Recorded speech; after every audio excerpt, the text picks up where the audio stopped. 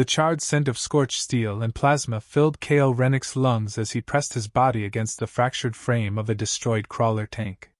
His armor hissed, venting heat, the chest plates scored by shrapnel. He wiped sweat from his brow, blinking past the grime. His rifle's readout blinked, 34% charge. Not ideal. Delta Unit, status report, barked Commander Voss over the crackling comm line. Kale tapped his earpiece. Rennick here. Western flank pinned down. Multiple hostiles, Xeno-class 6s. Estimated 24 and advancing. Beyond the ruined ridge, what had once been an open plateau now resembled a Hell's Cape, burning wreckage, mutilated bodies, and glistening patches of chitin strewn across the blackened soil. The 98th Infantry Division had been sent on a scouting operation near the disputed borders of Silex Prime. What they encountered was no mere skirmish. Command to all units. Boss's voice came again, strained and sharp. Brace for kinetic strike. I repeat, orbital rod en route. Take cover immediately. Kale's stomach dropped. Wait, what? We're still in the drop zone. Not our strike, Rennick. The Zethra launched it. They're sacrificing their own to take us out. A distant roar cracked the sky like the scream of a god. Kale didn't wait. He ran, boots thudding across shattered rock as the atmosphere ignited. The horizon lit up, a blinding white flash followed by a roar that split the world apart. The shockwave hit with brutal force. Kale was airborne before he could scream, the world a blur of white and fire. He slammed into something hard and tumbled down an embankment. The air was knocked from his lungs. When he finally stopped moving, everything was silent, except for the shrill ring in his ears. Dust choked his throat as he coughed, groaning in pain. His HUD flickered back to life. Comms offline. Navigation unstable. Medical active. Command anyone?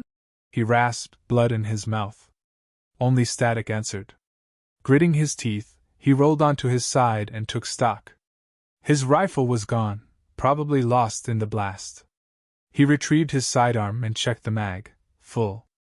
A shallow cut ran along his temple, and his ribs throbbed, but nothing was broken. The ravine around him was steep and jagged, a jagged scar carved by the shockwave. It offered cover, for now. He pushed to his feet, favoring one side, and began limping along the base of the trench. The earth trembled beneath his boots. Not from artillery. This was rhythmic. Footsteps, massive ones. He ducked behind a jutting boulder just in time. The ravine ahead exploded outward in a burst of stone and dust as something enormous crashed down from above. Kale raised his weapon and waited, heart hammering.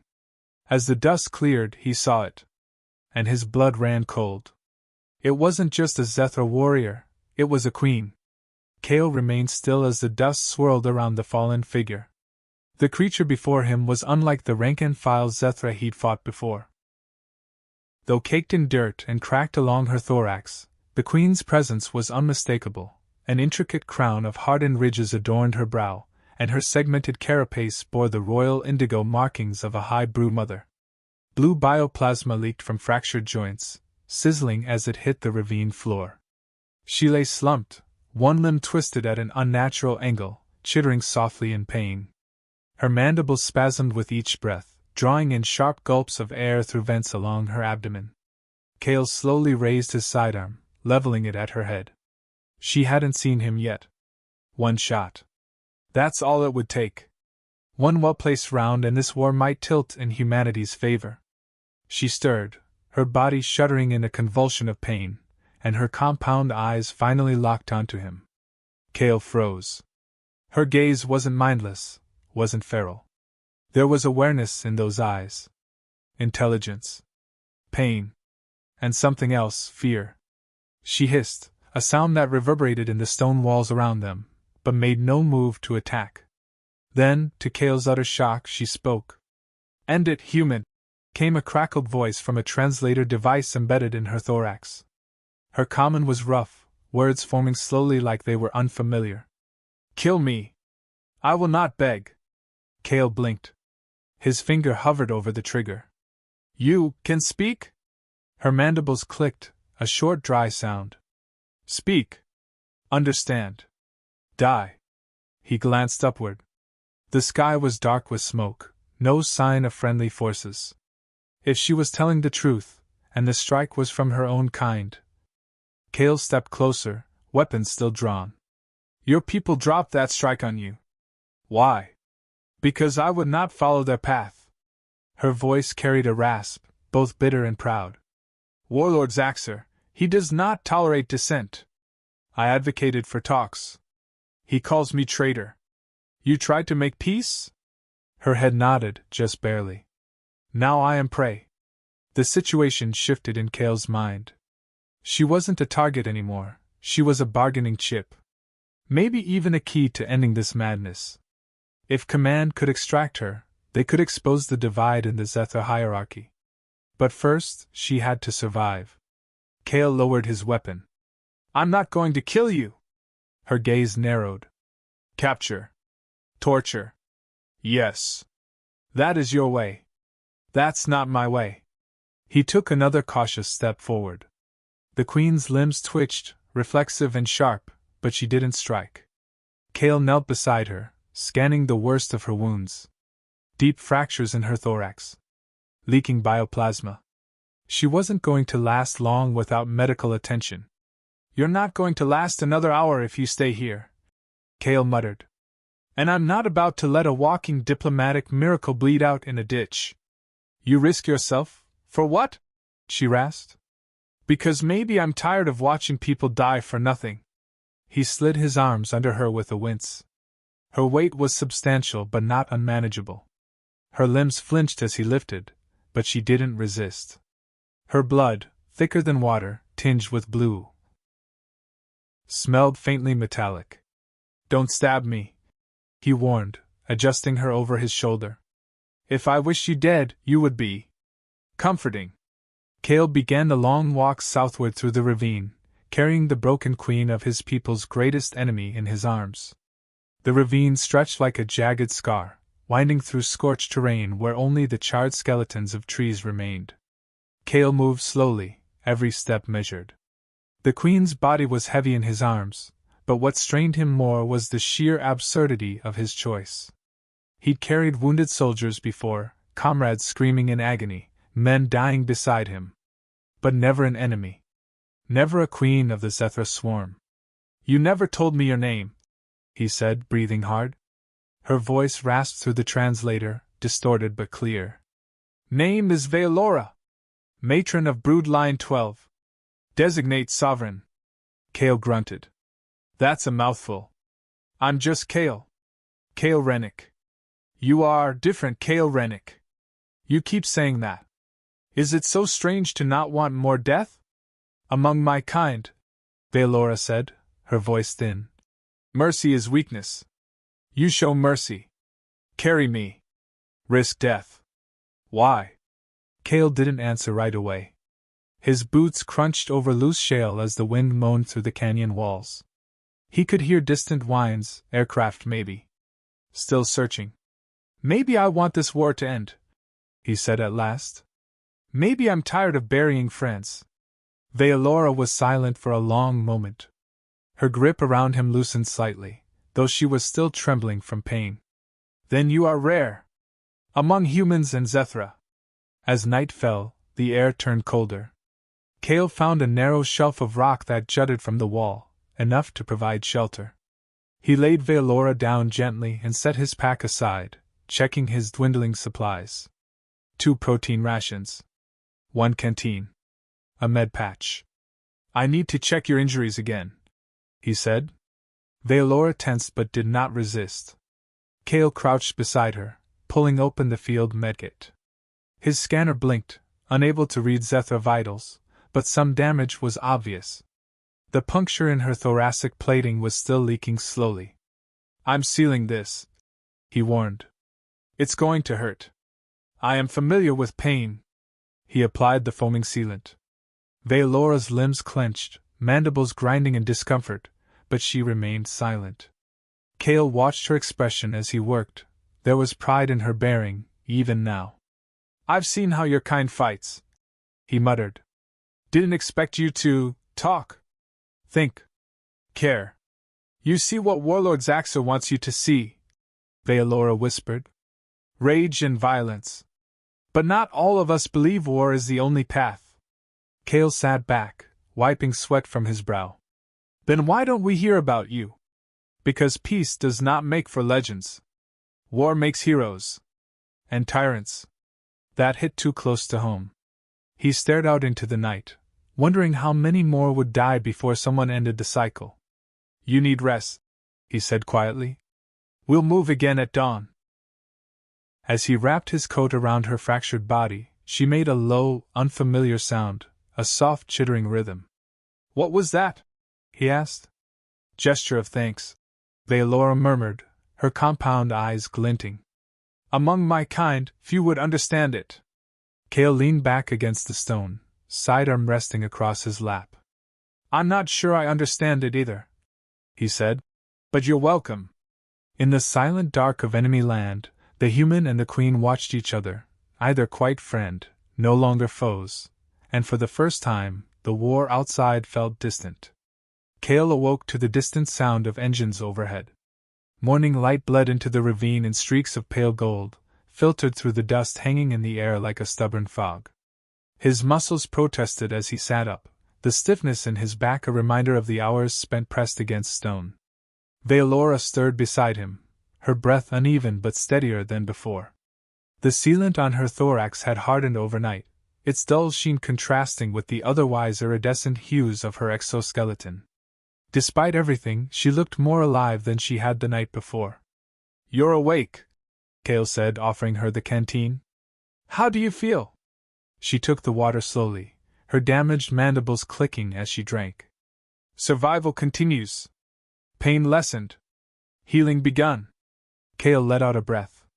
That's something. He stood and surveyed their surroundings. The ravine forked ahead, one path rising toward a ridge. Beyond that, according to his half-functioning HUD, lay the borderlands, neutral territory between the Zethra nests and human colonies. There was a trading outpost nestled near the river's bend, an unofficial safe zone used by smugglers, diplomats, and anyone with enough credits to pay for silence. We'll head west, he said, gesturing toward the ridge. There's a settlement a few clicks out. They'll have communications. Maybe help. Veilora shifted, attempting to rise on her own. She managed to lift herself onto 3 of her 6 limbs before collapsing with a hiss of frustration. Kale was already there, steadying her. You're not there yet. I'll carry you again. I am burden. No, Kale replied firmly, lifting her once more. You're our only chance. The climb was brutal. The trail up the ravine wall was narrow and uneven, rocks sliding underfoot, the heat of the rising sun intensifying every step. Kale's arms ached under Veilora's weight, but he didn't stop. She remained silent most of the way, though her breathing had a rhythmic steadiness that told him she was conscious, watching, trusting. By midday, they crested the ridge. Kale laid her down behind a cluster of thorngrass and scanned the open basin below. His HUD pinged a signal, faint but there. The trading post shimmered in the haze. Makeshift towers. Canvas shelters. A landing pad with 3 vessels docked. Human and Zethra both. He turned back to Veilora. We're close. But there's a problem. She raised her head. Explain. Too many ships. Military. Both sides. That's not normal for a neutral zone. Veilora processed this, her antennae twitching. They search for me. Yeah. And if we go in like this, we're both getting shot. We need a plan. She considered, her compound eyes blinking slowly. I possess a vial, royal signal. Contains pheromones of sovereign caste. Emits call of command. Can attract or repel Zethra forces depending on dose. Kale blinked. You've been holding out on me? Kept in case of emergency. Situation now qualifies. Kale nodded. We can use it to draw attention away from the west gate. I'll plant it on the far side. Then we slip in and find someone we can trust. He took the vial she extended, a smooth, chitinous container pulsing faintly with internal luminescence. Will it affect me? He asked warily. Different composition. Not mating scent. You will survive. Kale grinned faintly. Comforting. As he prepared to move, Veilora reached out, one limb brushing his shoulder lightly. Kale, if captured, leave me. Escape. He met her eyes. Not going to happen. Then he slipped over the ridge, a soldier carrying far more than just a mission on his back. Kale crouched in the shadows of the jagged ridge, the vial of royal pheromone clutched in his hand. The basin below buzzed with low-level activity, patrols sweeping the perimeter, soldiers moving in deliberate patterns, tension hanging in the air like storm clouds waiting to burst. He spotted the eastern fringe of the settlement, unsecured, half obscured by shipping crates and an abandoned transport platform. Perfect for a distraction. He broke from cover, staying low, heart pounding in time with every footfall. He reached the platform in less than 3 minutes, slid behind a rusted service panel, and carefully set the vial into place, wedging it behind a broken stabilizer. He cracked the outer shell. A soft hiss escaped, nearly inaudible, but already the effect was palpable. Kale watched as the nearest Sethra patrol twitched, antennae flaring. One of them let out a chittering cry and darted east, the others following with a kind of compelled urgency. Human guards turned, confused by the sudden movement. Perfect. He backtracked fast, heart hammering as he skirted the perimeter's western wall. The diversion was working. Most patrols had moved to investigate the strange signal, and the guards who remained were distracted, coordinating with their comm units to try and make sense of the sudden disturbance. Kale reached the hiding spot and dropped into a crouch beside Veilora. They took the bait. He whispered, "We've got maybe 10 minutes. She nodded, her limbs shifting carefully. "I can walk," she said. "Are you sure?" "No choice." Kale helped her rise. Though unsteady, Veilora managed to stand under her own power, using her 2 strongest limbs to steady herself on the uneven slope. Her movement was stiff, deliberate, but purposeful. They moved through the thorn brush, weaving between natural cover, and finally passed through the western gate without incident. Inside, the trading post felt like another world. Hustling traders, whispers in dozens of dialects, the smell of fuel, old grease, and sweat. Everything was makeshift, but tightly controlled. Watchers on rooftops. Silent deals in dark corners. Kale and Veilora kept their hoods up, faces low, avoiding eye contact. They slipped into the alleys, following Kale's memory of the map he'd studied days before the mission went to hell. There, a building marked with the sigil of neutral diplomacy. Not official, but respected. Inside would be someone with connections. Maybe a consular officer. Maybe just someone with access to long-range comms. Kale pushed through the canvas door into a dim interior filled with screens, data tablets, and one very alarmed woman. She jumped up from behind a terminal, her shock quickly morphing into recognition. "Kale Rennick? You're supposed to be dead." Kale ripped down his hood. "Hi, Ambassador Celine. Glad to disappoint." Her gaze shifted to Veilora, and her mouth dropped open. "Is that?" "Yes. And we need to send a message now." Celine stumbled backward, grabbing a tablet. "Do you have any idea what you've just done?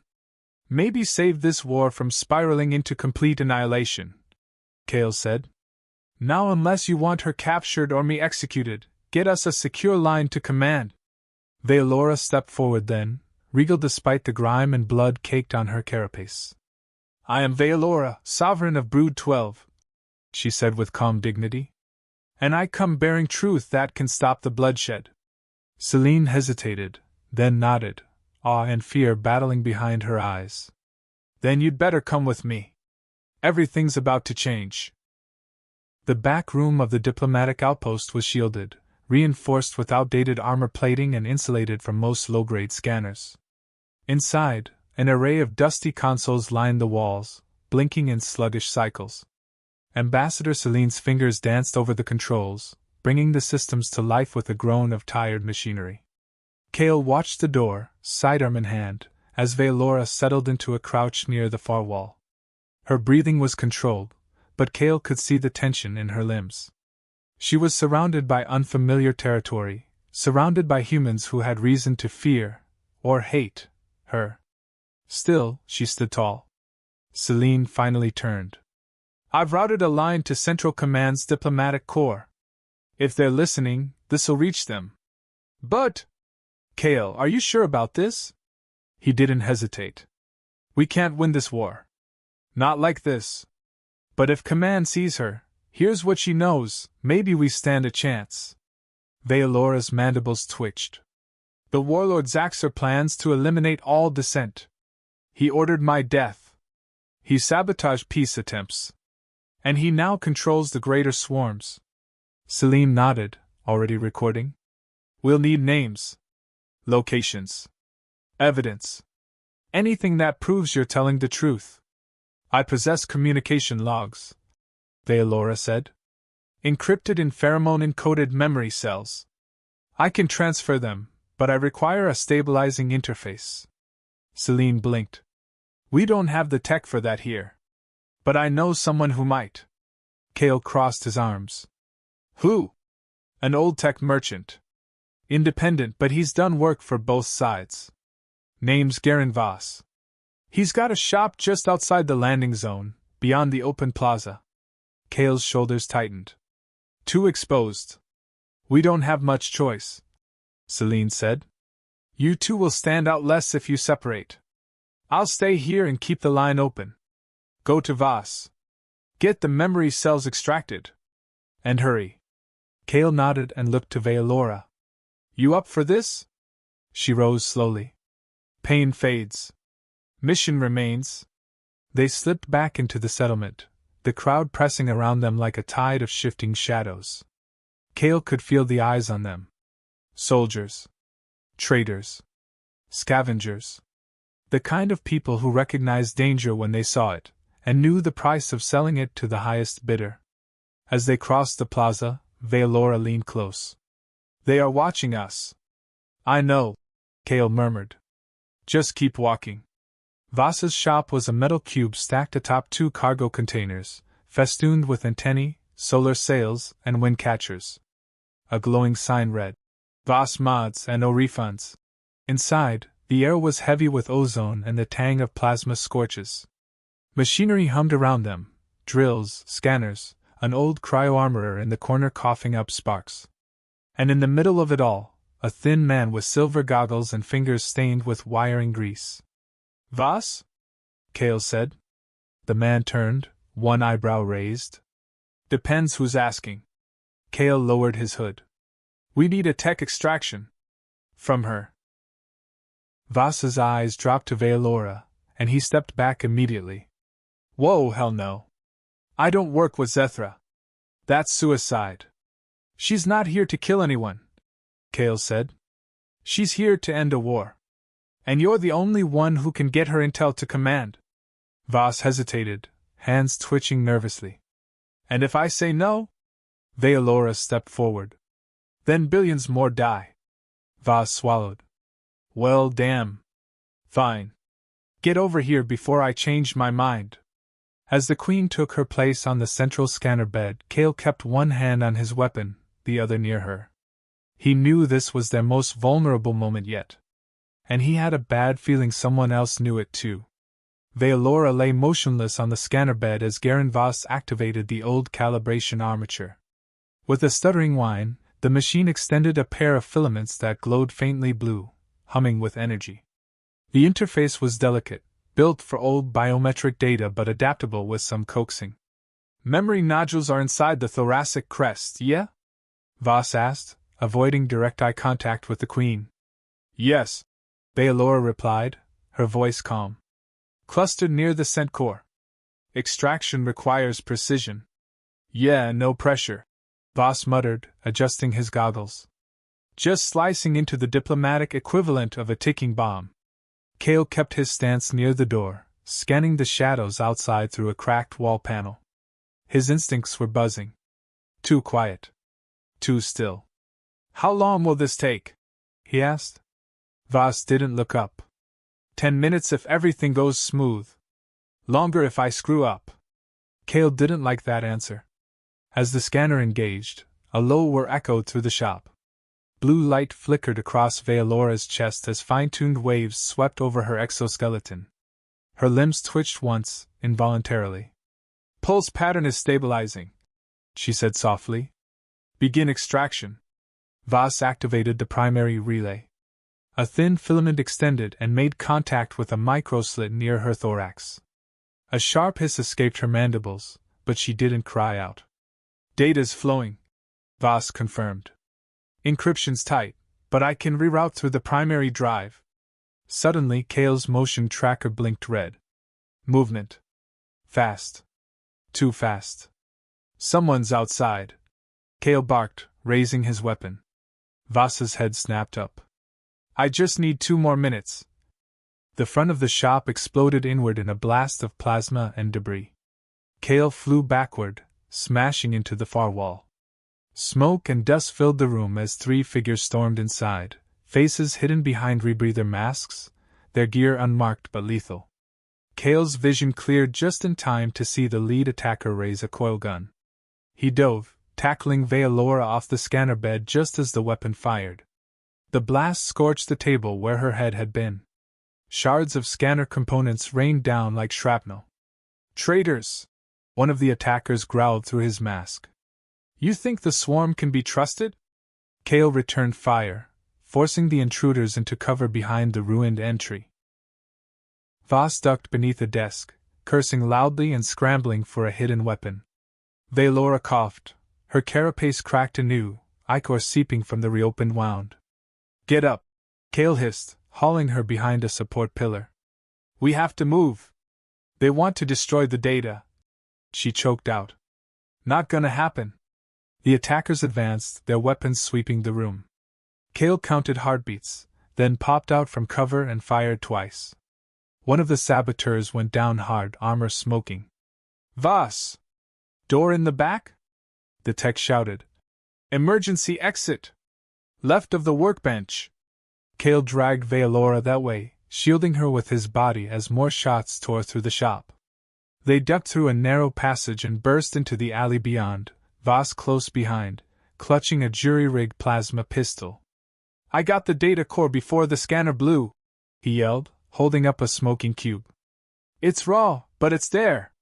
Kale didn't slow. Get to Celine. Now! He turned, firing a final volley to keep the last 2 saboteurs pinned as Voss sprinted into the maze of back alleys.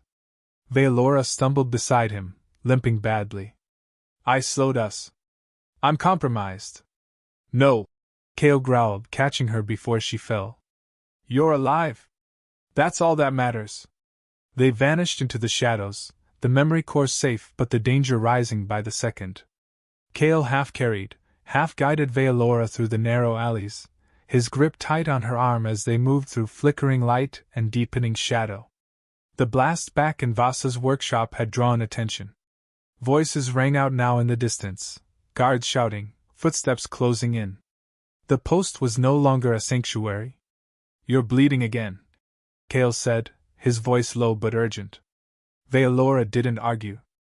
Her thorax had split again along one of the sealed fractures, ichor dripping with every step. But she kept moving. She had to. We must not let them take the core, she rasped. Zaxxer's loyalists will destroy it. I told Voss to take it to Celine. If she can get it broadcasted, it will expose the coup, Vealora finished. And prove I still live. They ducked into the broken entrance of an abandoned freight hangar. Inside, twisted scaffolding and long-dead control panels loomed like skeletons in the dark. Kale kicked away debris and sat her down gently behind a stack of old thermal coils. Stay here, he said. Just for a minute. I need to check our trail. Vealora grabbed his wrist, her touch firm despite her injuries. You'll return? Kale met her eyes. I carried you through a ravine, patched you up in a cave, and nearly got vaporized by an orbital strike. I'm not leaving you now. Her mandibles clicked softly. Foolish. Probably. He slipped into the shadows, circling back toward the alleyway. From the shattered windows above, he could see patrols converging on the burning remains of Voss's shop. But no one had seen which direction they fled. Not yet. Returning to the hangar, Cale found Veilora slumped slightly, her breathing shallow. He knelt beside her and began cleaning her wounds with what was left of his medkit. "You need rest," he muttered. "There is no time," she whispered. "Zaxxer will not stop." Cale hesitated. "Tell me about him." Veelora's voice was quiet now, softer than he'd heard it.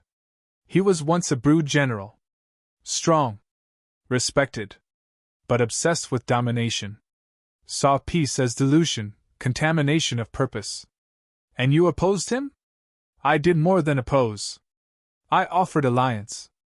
With humans. I began secret negotiations.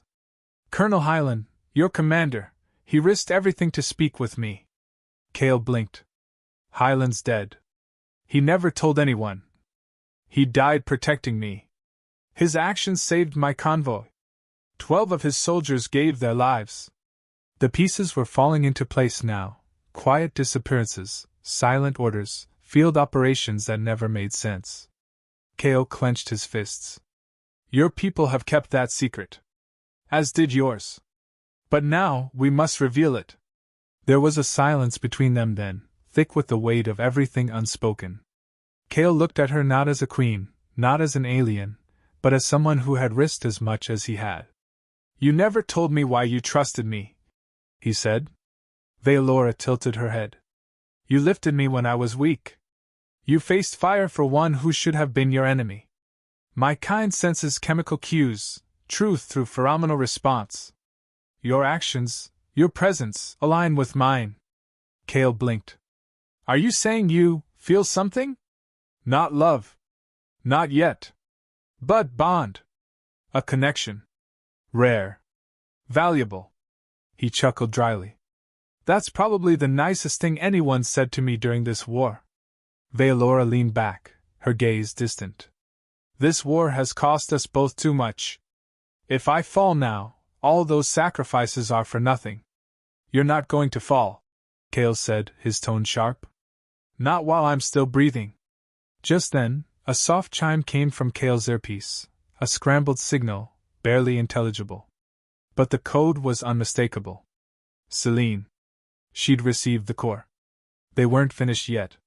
The chime in Cale's earpiece crackled again, louder this time, cutting through the background static.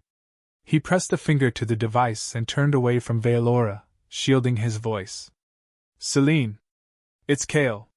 You still breathing?" "Barely," came her reply, tight and hushed.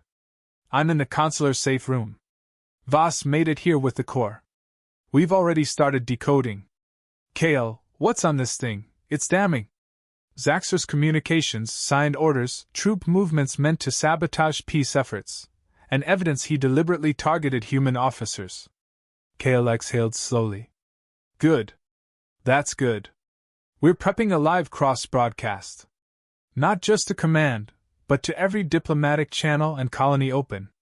We've got maybe 20 minutes before someone tries to shut it down." Cale glanced at Veilora, who watched him with calm focus despite her visible pain. "We'll buy you that time. Be careful. Zaxxer's agents are swarming the outpost. They're not just hunting you. They're hunting the idea of you." The transmission cut out, and Cale stood silently for a moment. "They have it?" Veilora asked. "They do. And they're about to burn your warlord's lies into the whole galaxy." Veilora tried to rise but faltered. Cale caught her immediately. "We can't stay here," he said.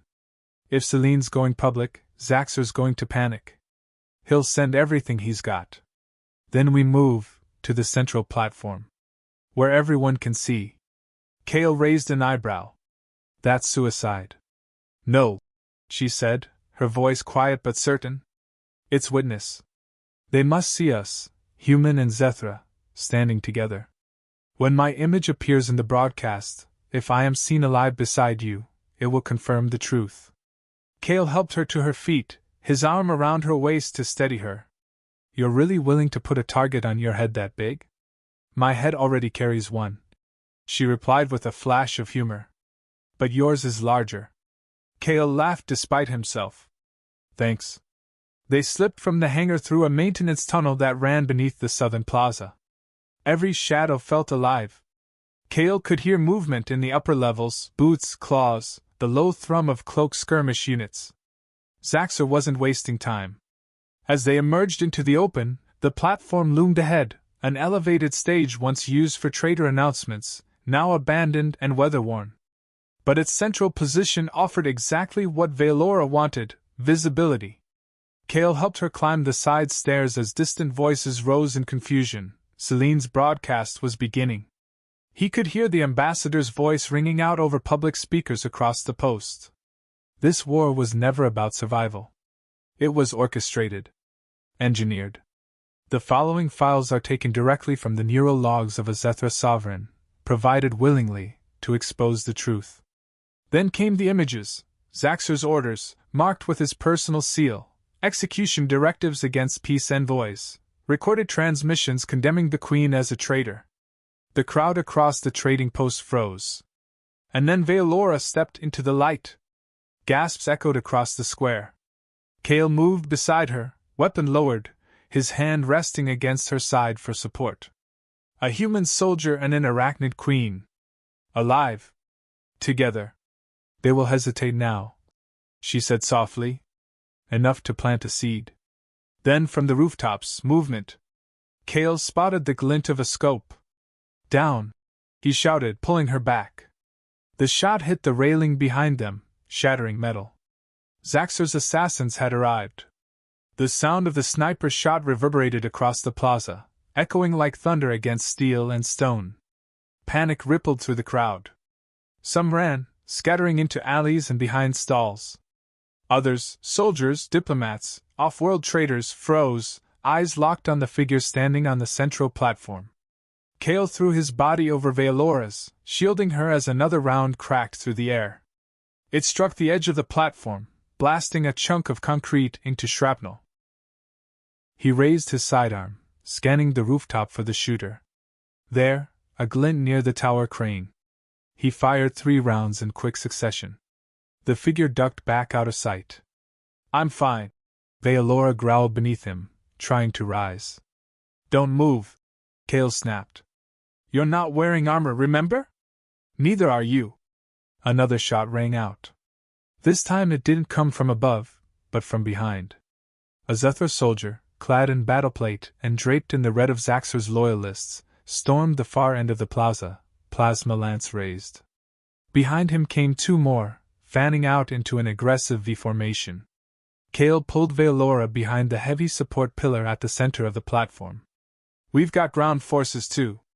She clutched his arm, her voice low but urgent. My guard, they must be here somewhere. Loyalists, will fight. Kale glanced around. The post's crowd had become a storm of voices. Confusion. Anger. But not fear. No, not anymore. The broadcast still played from a dozen screens, looping with damning visuals and the unmistakable image of the living queen standing beside a human. Whispers became shouts. That's her! She's alive! The warlord lied! He killed our diplomats, ours and theirs! Then a figure emerged from the crowd, a tall arachnid in silver armor, his posture rigid and proud. He crossed the plaza without hesitation, dodging fire as if the shots meant nothing. Kale recognized him. The royal guard from the intelligence briefing, Commander Threx. Once believed dead. Valora's first sentinel. Your Majesty. Threx boomed across the plaza, voice translated but deep with authority. You live. The brood still remembers. Kale's eyes widened as more shapes moved from the shadows. Zethra guards, 6 of them, weapons drawn not at Valora, but at the red-armored loyalists approaching the stage. Threx raised his weapon. Defend the Queen, he ordered. And protect her bond. Shots erupted as Zaxxor's soldiers opened fire. But now they were met with resistance, Zethra against Zethra. Human civilians and rogue soldiers who had remained hidden now joined in, some throwing makeshift explosives, others firing from behind supply crates and towers. Kale grabbed Valora's arm and hauled her upright. We need to get you to cover. No, she said through gritted mandibles. I must be seen. Cale hesitated, but then understood. They had to hold the platform. He turned, firing at a loyalist soldier charging up the stairs. The plasma round from his sidearm hit center mass, dropping the attacker instantly. Veolora stepped back into the open, limbs raised high, her crest flaring with a pulse of bioluminescence. The effect was immediate. Every Zethra on the battlefield stopped for a breath. I am Queen Veolora of Brood 12, she shouted, voice echoing through her translator with unshakable authority. Zaxxer has betrayed not just your queen, but the ancient laws. He has shed blood not to defend, but to rule. The effect was electric. Some Zethra soldiers dropped their weapons. Others knelt. Even a few humans stopped firing, stunned by the scene before them. Cale moved to her side again, bruised and bleeding but unbowed. Well, he muttered, you got your witness. She leaned into him ever so slightly. And you got your uprising. As chaos erupted across the plaza, with sides fracturing and alliances forming in real time, Cale and Veolora stood shoulder to shoulder, a symbol now etched into history by fire, betrayal, and something dangerously close to hope. The trading post plaza had become a battlefield of broken allegiances. Smoke from flash grenades and scorched debris swirled in the air. The once neutral ground was now stained with betrayal and possibility. Cale dropped into a crouch beside Veolora behind a toppled vendor cart, firing at a loyalist sniper attempting to scale a rooftop. The enemy collapsed, tumbling from the ledge with a screech of splintering armor. Status? He shouted over the gunfire. Threx landed heavily beside them, his silver armor scorched and cracked. We've turned half of them, he reported, antennae twitching with tension. The others still loyal to Zaxxer's lies. But momentum shifts. Hold the plaza, Cale ordered. Keep eyes on every rooftop. No more surprises. Threx gave him a look, acknowledgement, but also something more. Respect. Veolora pressed her claw to her thorax, blood, her thick, glowing ichor, seeping through her fractured plate again. We must reach the broadcast tower.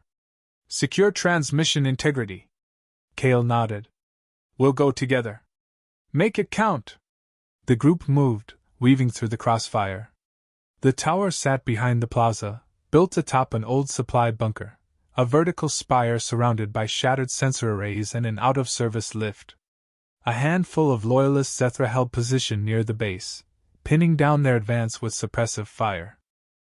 Cale turned to Threx. Can you flank them? Threx's mandibles flared. Gladly. He vanished into the smoke with two guards, a shadow among the chaos. Seconds later, plasma fire erupted on the defender's flank. Cale led Veolora through the breach, sprinting into the base of the tower. They reached the stairwell just as Threx reappeared, wounded but standing. You're with us, Cale said, nodding toward the spiral steps. Let's finish this. They ascended fast. Every landing echoed with the sound of battle behind them.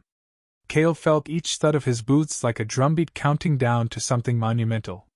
At the top, the transmitter hub lay dark, its interface blinking in emergency mode. Celine's voice filtered in through a static-filled comm panel beside the terminal. You made it? She asked. We're here, Cale replied. The whole post is on fire, but we've got the tower. Good. Uploading final transmission commands now. Once your system syncs, you'll be able to override all neutral net relays. This goes galaxy-wide. Veolora approached the console, her hands trembling from exertion. She placed her palm over the reader pad, and the system flared to life, recognizing royal biometrics. Lights blinked. Code streamed. The broadcast countdown began. 90 seconds to uplink. Then the tower shuddered. An explosion rocked the spire, dust raining from above. Cale turned, sidearm ready. A shape emerged from the stairwell. Tall. Cloaked in black. And wearing an elite mask Cale recognized from intelligence briefings, Zaxxer's personal assassins. The Praetor-class enforcer. It raised a massive kinetic blade, humming with vibrating force. Get behind me! Kale shouted. Threx lunged instead. He collided with the assassin in mid-strike, claws flashing. The impact was thunderous, a collision of titanic strength. The two rolled across the platform, exchanging furious blows. Veilora reached for the console, breathing hard, ignoring the chaos. 65 seconds. Kale turned back, firing 2 rounds into the assassin's side. One struck true, sending a puff of ichor spraying against the wall. But the creature didn't fall. It slammed Threx into the floor with a sickening crunch and turned toward Veilora. Kale stepped between them. I don't think so. The assassin lunged. The blade came down. Kale raised his arms, catching the hilt. Pain exploded through his wrists as he grappled the weapon, forcing it away from Veilora's chest by sheer will. She screamed something in Zethran, sharp, guttural. A command. A plea. The assassin faltered, just enough. Kale kicked the enforcer's leg, knocking it off balance. He drew his blade, just a combat knife, nothing fancy, and jammed it through the side of the mask where mandibles met skin. The enforcer shrieked and fell. Kale dropped beside it, panting, soaked in sweat and blood. Veilora caught him before he collapsed. You're hurt. So are you. 18 seconds. We're almost there, she said softly. The galaxy will see. As the final seconds ticked away, they stood together in front of the console, bathed in crimson warning lights, bodies battered but upright. Transmission engaged. Across human and Zethar territories, screens flickered. And the Queen spoke. Across hundreds of systems, in colony domes and war bunkers, on orbital stations and underground cities, every screen suddenly pulsed to life. The emergency override engaged, forcing transmission to both human and Zethar frequencies. Viewers looked up in confusion, expecting military alerts or propaganda. What they saw instead was Queen Veilora. Her image dominated the frame, battered, stained with her own ichor, standing on the upper platform of a shattered tower beside a bruised and bloodied human soldier. This is not a plea, she began, her voice slow and precise through the translator embedded in her thorax. This is truth. Behind her, the battle at the trading post still raged. Smoke and fire danced in the background, but she stood unflinching. I am Veilora, matron of Brood 12. Betrayed by my own warlord, hunted by those who fear unity more than death. This war was not forged in necessity. It was designed. Federal. A lie maintained by those who profit from endless loss. She stepped forward, her limbs moving with surprising grace for someone still bleeding. Colonel Highland of your people gave his life to protect the peace he believed in. I stand today because of him. And because of Kale Rennick, a human who chose mercy when he had reason for vengeance. We crossed battlefields together. We bled. We saved each other. The camera shifted. Kale now stood beside her, battered but resolute, his eyes locked on the lens. Command never told us, he said, voice flat but powerful. We weren't meant to know that a queen wanted peace, that one of our own died to protect it. Soldiers were just tools to them. But we're not tools. We're people. And we're done being used. Veilora continued, her tone sharpening. Warlord Zaxxer has claimed I am dead. He has blamed humanity for assassinating me during secret negotiations. These are lies. His betrayal is documented, files you now see. At that, Celine triggered the supporting visuals. Memos. Signed war plans. Orders to execute peace envoys. Recordings of Zaxxer's voice calling for extermination, not for defense, but for power. The warlord betrayed our sacred laws, Veilora said. But I stand now, not just as queen, but as mate to one of yours. Let our bond be the start of healing. The camera panned out, Kale and Veilora side by side, visibly wounded, visibly united. You do not have to believe us, Kale said. But ask yourself, if we can stand together like this, why can't the rest of you? Then the screen faded to black. Across the galaxy, silence followed. Some stations erupted into arguments, disbelief. Others, particularly among the border worlds, saw soldiers lowering weapons, unsure if the enemy they faced was truly the one they'd been told to kill.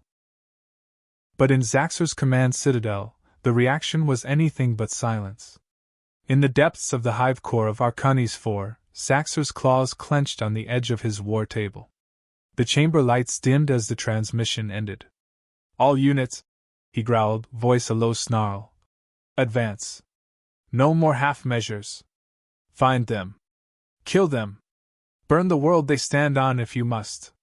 But even as he spoke, one of his generals, a younger matron with a weathered exosuit, remained silent. Her antennae flicked in thought. Zaxxor noticed. "You doubt me, General Gyrith?" She bowed her head low. "No, warlord. But the people saw her. The truth changes things." Zaxxor's mandibles clicked. "Then we change it back. With blood if necessary." But outside his walls, far across the stars, the fire had already been lit. And it would not be extinguished. The tower fell silent in the wake of the broadcast. Outside, the fighting waned, not with victory but confusion. Many of Zaxxor's loyalists had stopped firing. Some dropped their weapons and fled. Others hesitated, unsure where their allegiance now lay. The truth had cracked through armor, splintering certainty with the sharp edge of doubt. Kale slumped against the wall of the broadcast room, his breathing ragged. Blood ran in narrow trails down his neck and arms, staining his torn undersuit. Every muscle throbbed. He wasn't sure how much longer he could keep going. Veilora knelt beside him, her movements stiff, more cautious now. Her wounds hadn't worsened, but they hadn't improved either. Her crest drooped slightly, and though she kept her posture tall, Kale could see the strain in her eyes. "You should rest," she said softly. Kale smirked. "You first." Threx entered the chamber, flanked by two more of Veilora's guards, their armor scarred and limbs twitching with exhaustion. He bowed low before his queen. "The plaza is secure. What loyalists remain have surrendered or retreated. Our wounded are being gathered. Human volunteers assist." Kale's head turned slowly. "You're telling me we won?" Threx hesitated. "We won a moment. Not the war." Veilora nodded. "Zaxxor will not surrender. He will double down. Strike harder. But his unity is shattered. Some of the swarms will see the truth. We can use that," Kale said, rising slowly. "This place, the post, it could be more than just a trading route now. It could be the center of something else. A joint command," Threx said, his antennae twitching. "Shared operations. Real diplomacy." Veilora rose too. "Yes. Let the galaxy see it's possible. Here, where blood spilled, let it grow roots of peace." Kale looked between them. "And us? What happens now?" Veilora stepped closer.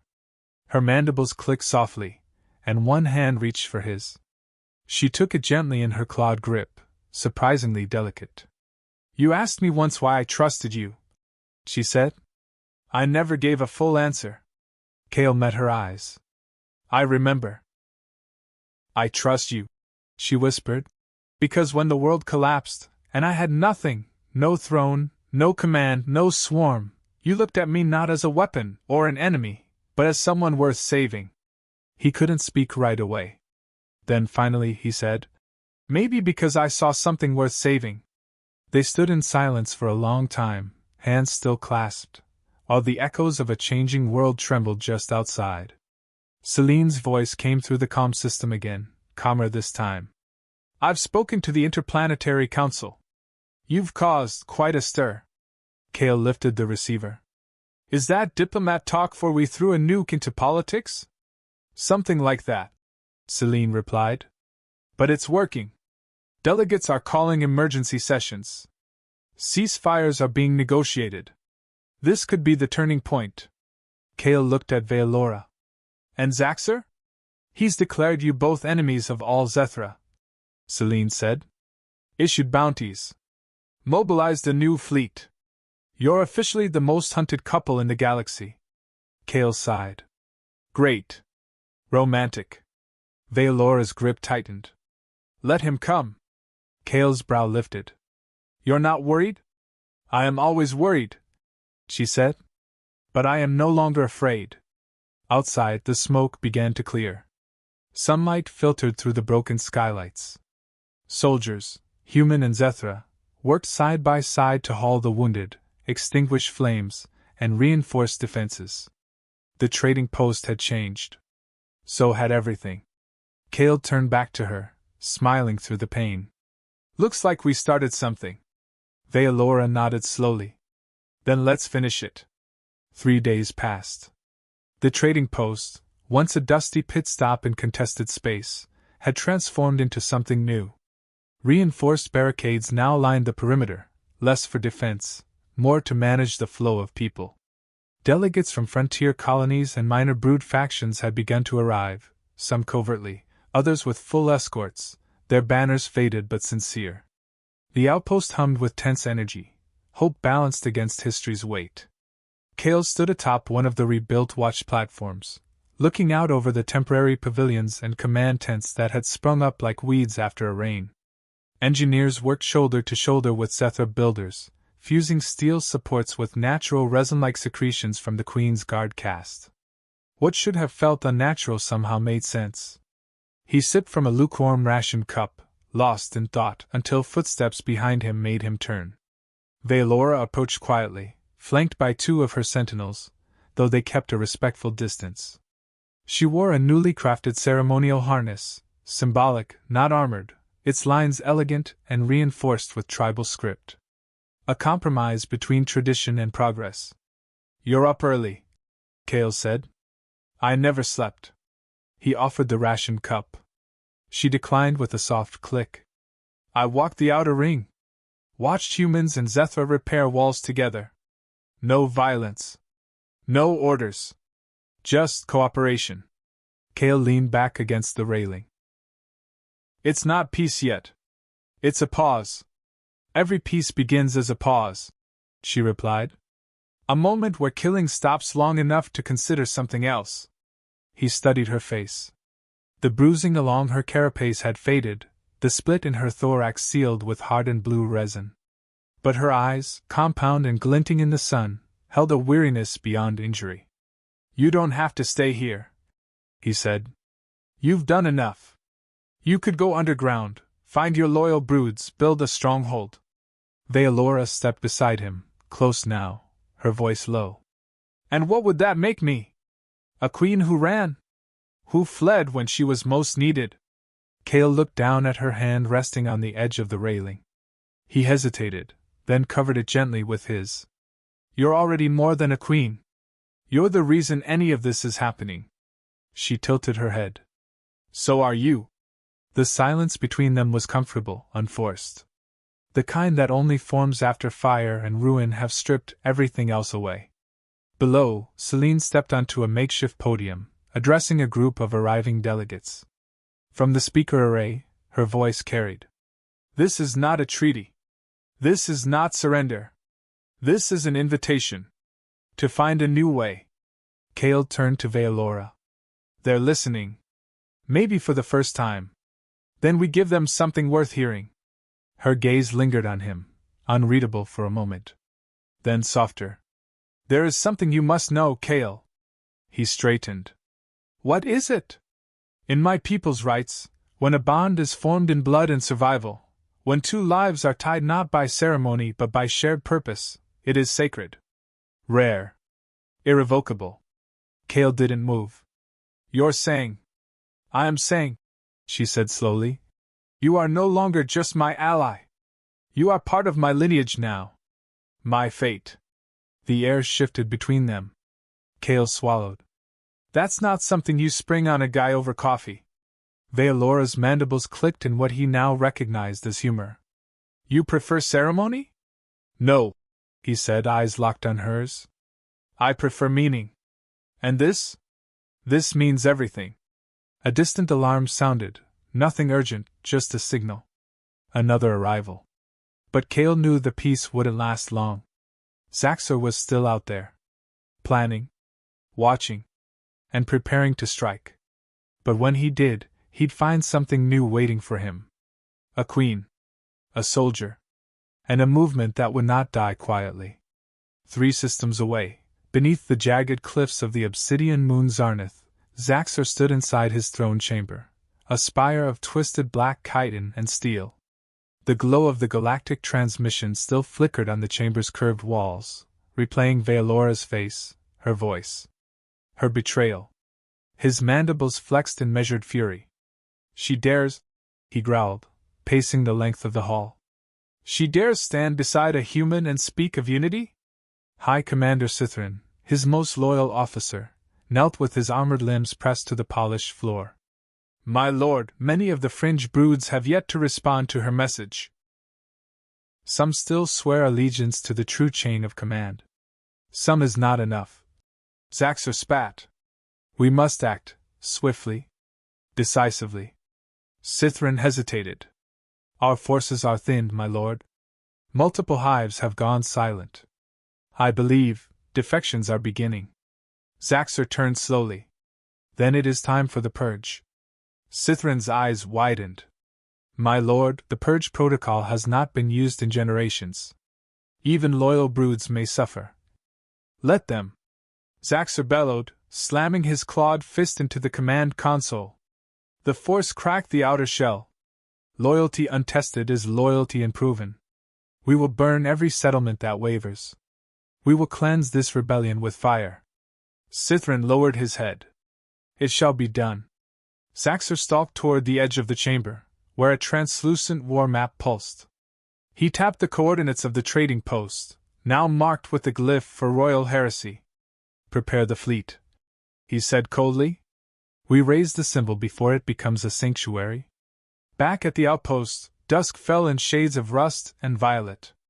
Kale stood at the edge of a new construction zone where workers, both human and Zethra, were assembling a joint command pavilion. The air buzzed with cautious optimism. But the tension hadn't vanished. It had only changed shape. Celine approached him, her steps brisk, tablet in hand.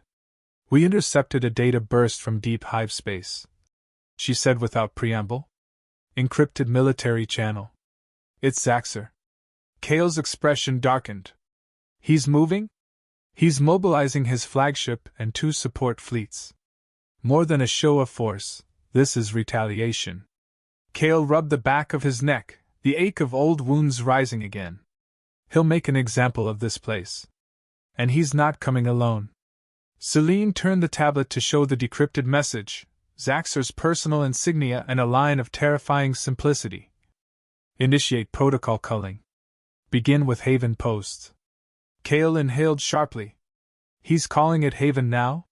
Celine nodded grimly. Your people started it. It stuck. Kale looked toward the skyline, where Vealora's silhouette stood tall against the orange light, overseeing the construction. She needs to know. As he approached her, Vealora sensed him before he spoke.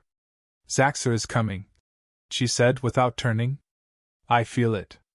He's bringing everything. Kale confirmed. He wants to wipe this place off the map. Vealora's gaze never left the horizon. Then let him come. Kale stepped beside her. We can evacuate. Move to another site. Somewhere safer. No, she said, voice low. If we run now, the message dies with us. But if we hold, then the galaxy watches. Kale finished. A quiet moment passed between them. Then she looked at him fully. I may not survive this, she said.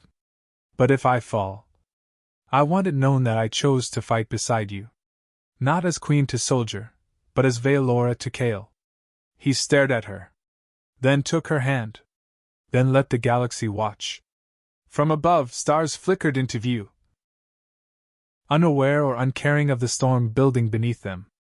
But those who watched from the shadows of empire, who whispered behind guarded walls and doubted from hidden bunkers, they saw. The warning came at midnight. Kale stood in the partially constructed command pavilion, studying star charts overlaid with incoming trajectory data. Zaxxor's fleet had entered contested space faster than anticipated, bypassing several security relays. Someone had cleared a path for them.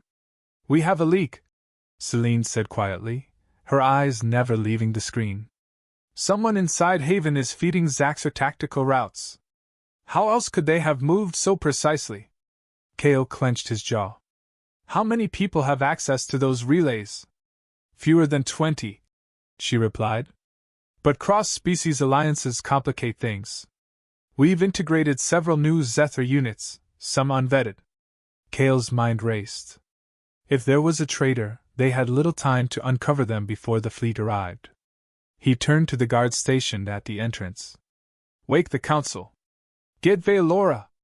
We convene now.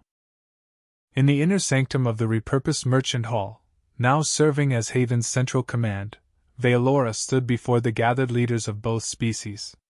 A projection of the incoming fleet spun slowly at the center of the table. He brings his war not for conquest, she said, but for erasure. Of truth. Of the idea we represent. General Vassal, a grizzled human officer with burned scars along his scalp, nodded. We've fortified all 5 entry corridors. If Zaxxor wants a ground assault, we'll choke his units before they reach the inner district. Our aerial defenses are limited, Threx added. Our swarm gliders were never meant for orbital interception. But our flyers are loyal. They will fight. Celine's voice cut in, measured and grim. What about the leak? The room fell silent. Veelora's gaze swept across her own guards. One among them, a smaller Zethar with faded armor and a nervous twitch in his limbs, visibly stiffened. Loken, she said, voice cool. Step forward. He did reluctantly. My queen? Do you swear loyalty to the brood? To Haven? I do. Veelora's eyes narrowed. Then explain how Zaxxor's fleet bypassed 3 defensive grid zones within hours of us uploading their protocols. Loken faltered. Kale took a step forward, hand on his weapon. You gave them the routes, didn't you? I didn't mean. Loken's words cracked under pressure. Zaxxor threatened my hatchmates. They're held in his spires. If I didn't cooperate, they'd be. You endangered all of Haven. Threx snarled. You betrayed your queen. I thought if I helped guide them in, I could limit the damage. Spare lives. Veilora raised a hand. Silence. Loken dropped to his knees. I understand the pain of family, she said, voice not angry, but heavy with sorrow. But your actions cost lives. You will be detained until this is over. Then your fate will be decided by a tribunal, ours and theirs. Loken wept but offered no resistance as guards led him away. The council remained still. Kale broke the silence. We've got no more illusions. Zaxxor's coming, and we've got no choice but to stand.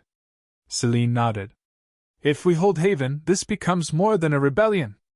It becomes history. Veilora looked around the room. Human officers, Zethar commanders, diplomats and engineers, young and old. Prepare every corridor, she commanded. Build unity into every wall. Let our enemy find more than soldiers waiting. Let him find resolve. Later that night, Kale found her alone in the observation spire, gazing into the stars where the enemy fleet would soon appear. You were harsh with Loken, he said gently. I had to be, she replied. Leaders don't have the luxury of sentiment. Kale stepped beside her, hand brushing hers. But sometimes, they have to let someone else hold the weight. Even if only for a moment. Veilora looked at him, really looked, and allowed her shoulders to fall just slightly. I am tired, she admitted. But not broken. He pulled her close, resting his forehead against hers.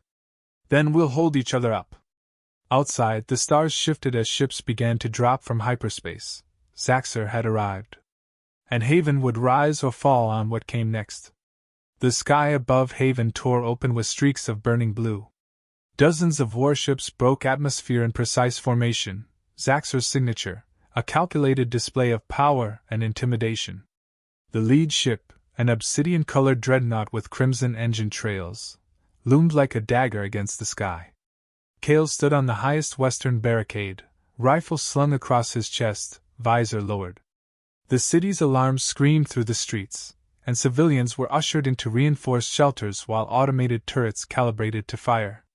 From his vantage point, he watched the enemy fleet align into bombardment positions. "He's not waiting," Kale muttered into his calm.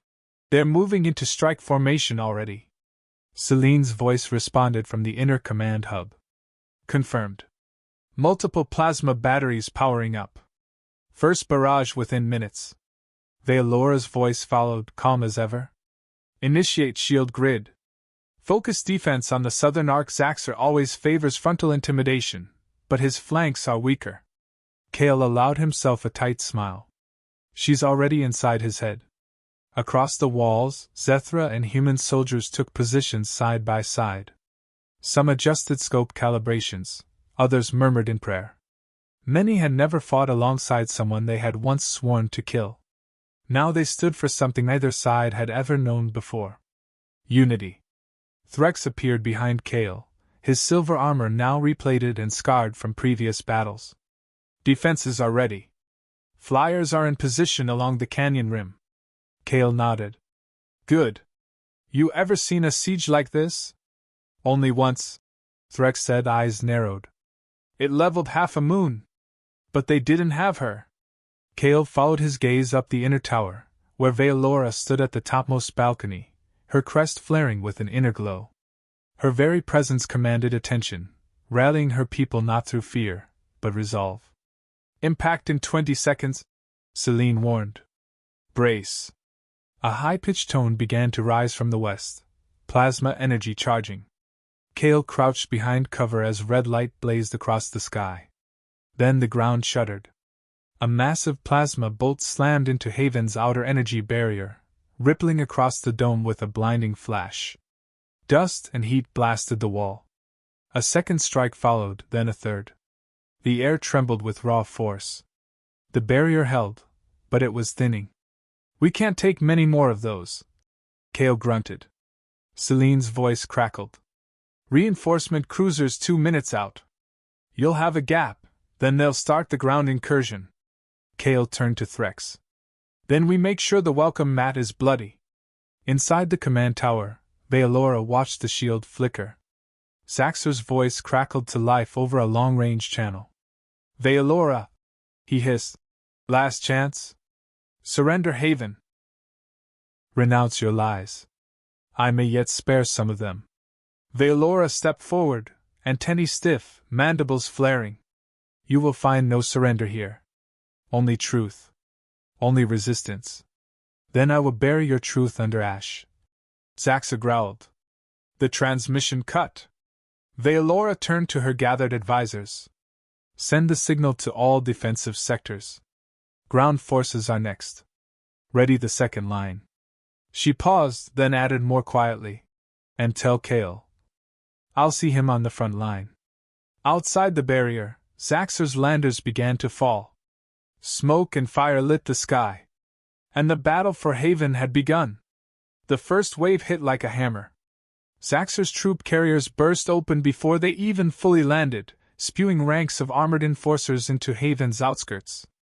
They moved in near-perfect formation, Zethra elite bred for shock assault, their carapaces plated with crimson gold alloys and enhanced with cybernetic grafts. From the forward wall, Kale watched it all unfold through the scope of his rifle. Then he gave the order. "Let them close the gap. First line, hold fire." Behind him, human snipers and Zethra sharpshooters lay in place, scopes glinting. Tension thrummed in the air, strung tight between seconds. In the canyon to the east, Threx's flyer squad soared low, their organic wings buzzing, waiting for the signal. 50 meters. Celine's voice warned in his earpiece. Kale's finger tightened on the trigger. 30. Still he waited. 15. Now! Kale roared. The walls erupted. Precision fire cut down the vanguard of Zaxxer's soldiers, toppling the front line like a wall of dominoes. Plasma shells streaked from mounted cannons. Zethra glider beasts dove from the cliffs, releasing clusters of biochemical bombs that ignited the air with shrieking green fire. The enemy reeled but did not break. From behind their front, heavier units emerged, massive quadrupeds reinforced with high-forged bone plate. They absorbed the first volley and surged forward, returning fire with pulse rifles mounted to their forelimbs. Cale ducked as a blast blew a nearby turret apart, hurling debris and a screaming soldier into the air. He scrambled to the wreckage, dragging the wounded man behind a barricade. "You good?" he shouted. The soldier, a young man with soot-smudged skin and wide eyes, nodded through gritted teeth. "Ribs, not sure, but still breathing." "Then welcome to Haven," Cale said, patting his shoulder and rising back into the fight. Across the outpost, Veilora stood atop the second-tier platform, surrounded by her royal guard. Her eyes scanned the chaos with cold focus. "Second wave approaching from the east corridor," her guard reported. "Ground tremors indicate tunneling units. Flank assault.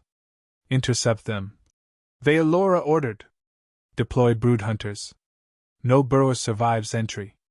She turned to the skies just as a Zethra flyer was struck mid-air, spiraling into the courtyard below in a burst of acid fire. Cale's voice came over her private channel. "I thought this was a peaceful revolution." She allowed herself a rare smile. "You sound winded, soldier." "I'm fine. Mostly. They're pushing hard on the south wall." "I'm en route," she replied. "You'll not face this alone." The outer barricades cracked under pressure. Zaxxor's forces surged in tighter formation now, pressing through the burning choke points. It became hand-to-hand, mandibles against knives, plasma spikes against bullet bursts. Cale fought with brutal efficiency, switching between rifle and blade, each movement honed by adrenaline and desperation. Beside him, Threx tore through a cluster of enforcers, his claws spraying enemy ichor in wide arcs. But it was when Veilora arrived, surrounded by her elite, that the tide shifted again. She moved with lethal grace, her limbs slicing in clean, efficient strikes, her crest flaring with each kill. She cut down a charging brute nearly twice her size, then launched a toxin needle into the throat of another attacker before it could fire. Cale found her through the smoke, their eyes locking mid-battle. "I told you I'd be here," she said, voice strong over the calm. "And I told you I hate being predictable," Cale shot back. The two fought back to back, a blur of contrasting styles, Cale's raw force and calculated bursts of fire beside Veilora's fluid, elegant, brutal precision. In that moment, they weren't just leaders or symbols. They were a force. Together. But deep within the battlefield, a new signal activated, coded, silent, and ominous. In Zaxxor's flagship, a command was given. The second wave was only the beginning. And the true strike had yet to land. The battle for Haven had reached a brutal rhythm: strike, counterstrike, retreat, regroup. The walls still held, but just barely. Smoke blackened the sky. Fires burned across the western quarter, and the injured lay in triage zones hastily assembled with tarps and shattered supply crates. Cale wiped blood from his brow, some his, most not, as he leaned against a collapsed barricade. Around him, the fighting still raged, but something was off. The enemy formations were thinning, pulling back in tight clusters as if waiting, or baiting. "This isn't retreat," he muttered. Veilora dropped beside him, her limbs slick with ichor, her breathing controlled but heavy. "He's recalibrating. It's the rhythm of the swarm." Cale narrowed his eyes. "He's waiting for something." Before she could answer, a deafening pulse tore through their comm systems. A single word, transmitted in a deep, guttural tone. "Anathema." The skies above Haven shimmered, and for a moment, only a moment, everything stopped. Then it appeared. From behind Zaxxor's fleet, a shape emerged from the void. It wasn't a ship. Not entirely. It was a biomechanical horror, part hive, part machine, larger than anything in their records. A crawling fortress, a siege beast built for one purpose: extinction. Celine's panicked voice burst into their channels. "It's a relic-class hive engine! That thing hasn't been seen since the early wars. It'll raise Haven to the bedrock." Cale turned to Veilora. "Please tell me you've got a plan." She stared at the creature, the glow in her crest pulsing in sync with its distant hum. I do, she said slowly. But it requires me aboard that thing. What? It's connected to the royal line, built by my ancestors. I can breach its core, override its control. And get yourself killed? If I don't, she said softly, everything here dies. Kale grabbed her arm. There has to be another way. Velora's eyes, compound and alien, searched his face. You are my other way, she whispered. You gave me this chance. Now let me use it. Threx, battered but standing, approached them. I'll go with her, he said. She won't face this alone. Kale turned to Celine through the comm. We need a way in. Now. There's a weak point near the lower hull, she replied. But you'll need a flyer to reach it before it engages its full bombardment array. Kale looked to Veolora. Then we go together. She hesitated. If you do this, you may not return. Kale smiled, weary but unwavering. I didn't come all this way to watch from the walls. They launched under cover of artillery fire, aboard a stolen Zethra flyer, retrofitted with human weapons. Kale piloted, Veolora beside him, Threx manning the rear guns. As they approached the behemoth, the scale of it became overwhelming. A city of death, crawling with defenses and guarded by living turrets. We'll breach the ventral plates, Veolora instructed.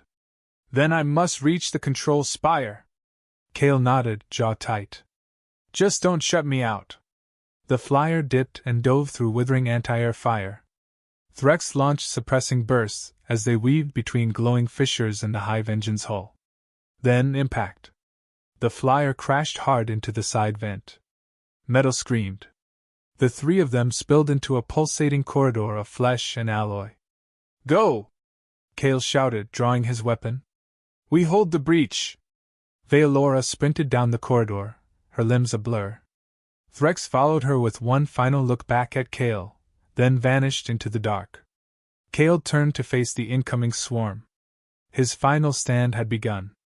Inside the hive engine, the air was thick with pheromonal smog and the deep hum of alien power. Veolora ran, each step sending pain through her half-healed limbs, but she ignored it. Threx kept pace, his claws slicing down defenders that surged from pulsing walls, half machine, half brood, bred for the singular purpose of annihilation. We're close, she gasped. I can feel the link, it's calling. Ahead, a spiraling chamber opened like the mouth of a beast. At its center stood the control spire, taller than any tower in Haven, its obsidian surface wrapped in glistening nerves and glowing runes. This was the throne of extinction. Veolora stepped forward, breath heavy. The spire reacted to her presence, threads of light reaching from its surface toward her outstretched limbs. Then Zaxxer's voice echoed from the very walls. You come to reclaim what you abandoned? From the shadows, his image formed, a projection, but the weight of his hatred was tangible. You think bonding with a human makes you strong? You are lesser Veolora. A queen who forgot her duty. I did not forget, she answered. I evolved. Zaxxer hissed. Then you will die as an experiment. The spire struck. Searing energy lashed out, throwing her back. Threx leapt forward, shielding her, absorbing the brunt of the blast. His armor cracked, limbs trembling. Go! He roared. Finish it! Veolora crawled forward, inch by agonizing inch, and pressed her hands against the spire. The ancient runes flared violently.